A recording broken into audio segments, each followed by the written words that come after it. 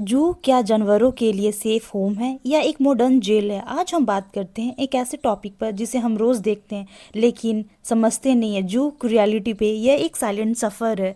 हम इसकी शुरुआत की बात करते हैं कि कहाँ से इसकी शुरुआत हुई।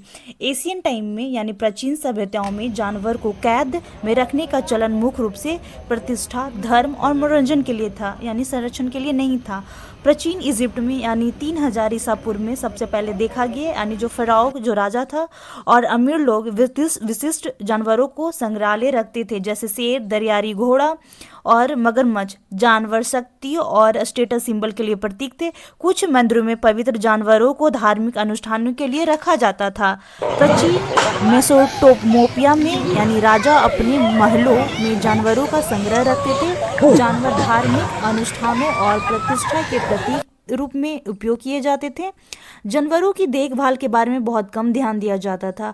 अब हम प्राचीन चीन के बारे में बात करेंगे, जो झो डायनेस्टी है, यानी सम्राटों के पास टाइगर, हाथी जैसे विदेशी जानवर थे। जानवर अक्सर राजाओं के प्रदर्शन या मनोरंजन के लिए उपयोग किए जाते थे। जो झो राजवंश में सैकड़ों जानवरों की मैनेजरी दर्ज किए हैं।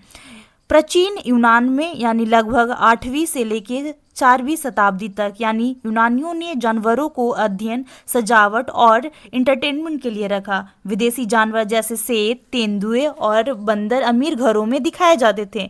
जानवरों का अध्ययन अरिस्टोटल और अन्य दार्शनिकों द्वारा किया गया। उन्होंने जानवरों के शारीरिक गुण, व्यवहार और प्रजनन पर शोध किया। अब हम प्राचीन रोम के बारे में बात करने वाले हैं। रोमवासियों ने पहली बड़े पैमाने पर सार्वजनिक प्रदर्शनी विकसित की। प्रसिद्ध वेनेशंस, जहां जानवरों और मानवों के बीच लड़ाई होती थी, आमतौर पर कुलहसम में शेर, हाथी, भालू और मगरमच्छ अफ्रीका और मध्य पूर्व से लाए जाते थे। जानवरों की कई मौतें लंबी यात्रा, छोटे पिंजड़े और कठोर व्यवहार के कारण होती थी। अब हम प्राचीन भारत में बात करेंगे कि चिड़ियाघर की कैसे शुरुआत हुई। प्रारंभिक समय में यानी 3000 से लेके 500 ईसा पूर्व यानी प्राचीन भारतीय हिंदू वैली सिविलाइजेशन में जानवरों को घर और खेती के अलावा धार्मिक और सजावटी उद्देश्य के लिए रखा जाता था, जैसे शेर, बाघ, हाथी, हिरन इत्यादि प्रमुख जानवर थे। मौर्य काल में यानी 322 से लेके 185 ईसा पूर्व यानी अशोक सम्राट ने जीव जंतु कल्याण के नियम लागू किए।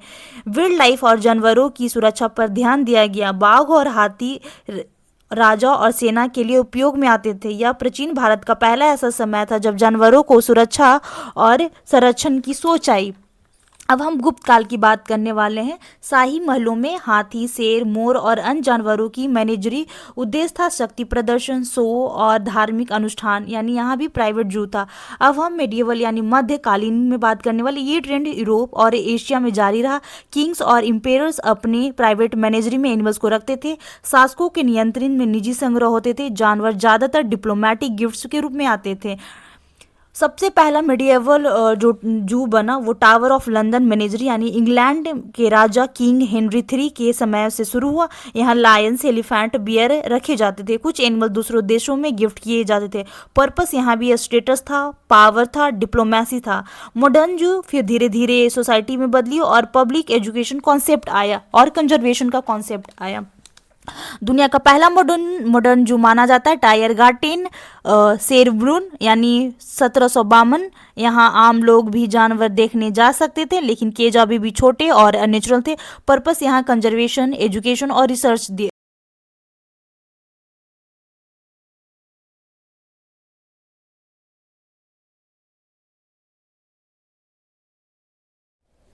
अब हम कुछ फैक्ट्स के बारे में बात करने वाले हैं, यानी दुनिया भर में लगभग 10,000 से ज़्यादा जू मौजूद हैं।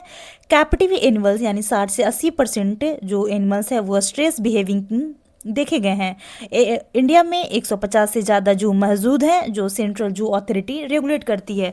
दुनिया भर में 70 करोड़ से ज़्यादा लोग जू में विजिट करते हैं। इसका मार्केट ग्लोबली $22 बिलियन का है। इंडिया में 3,220 करोड़ का इसका मार्केट बताया गया है। अब हम प्रॉब्लम क्या आती है जू में उसकी बात करने वाले हैं। तो सबसे पहले जू में देखा गया है कि स्मॉल इंक्लूजर होते हैं, यानी जानवर छोटे पिंजरों में कैद रहते हैं, नेचुरल इन्वायरमेंट से दूर रहते हैं। मेंटल स्ट्रेस देखा गया है, ब्रीडिंग प्रॉब्लम देखी गई है। Health problem, poor leaving condition, यानी कई जू में साफ सफाई की कमी देखी गई, यानी जानवरों में जू में रहने के कारण शॉर्टर लाइफ स्पैन भी देखा गया है। अब हम बात करने वाले हैं कुछ केसेस के बारे में। पहला केसेस है यानी थाईलैंड एलिफेंट अब्यूज़, यानी हाथियों को ट्रेनिंग के नाम पर मारा पीटा जाता था, उन्हें टूरिस्ट के लिए जबरदस्त ड्यूटी कराई जाती थी, मनोरंजन के लिए जानवरों पर अत्याचार किया जाता था। अब हम चाइना जू स्टारवेशन केस के बारे में बात करने वाले हैं, यानी कई जू में बाघ भूख से मारे जाते थे। अब हम बात करने वाले हैं अमेरिका में सिंसिनाटी जू, जो 28 मई 2016 यानी 3 साल का बच्चा गोरिल्ला इंक्लूजर में गिर जाता है और उस गोरिल्लो को गोली मार कर हत्या कर दी जाती है। यूएसए में यानी 2022 में 1234 फिजिकल अब्यूज़ के केस दर्ज किए गए हैं। एक केसेस इंडिया में नेशनल जूलॉजिकल पार्क दिल्ली में देखा गया। अफ्रीकन एलिफेंट जो लंबे समय तक अकेले रखा गया, उसकी मौत वायरल इन्फेक्शन से बताई गई है। अब हम इसकी सॉल्यूशन के बारे में बात करने वाले हैं कि आखिर सॉल्यूशन क्या होना चाहिए जिससे जानवरों के साथ हिंसा ना हो।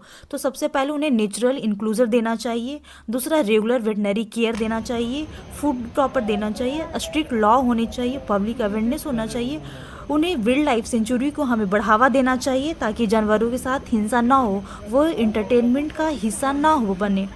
क्या जानवरों को असली जगह पिंजरा नहीं बल्कि जंगल है, उन्हें स्वतंत्र रहने का अधिकार है, उन्हें प्रकृति रूप से उन्हें जंगल उनका घर है। तो स्टॉप जू क्रुएलिटी।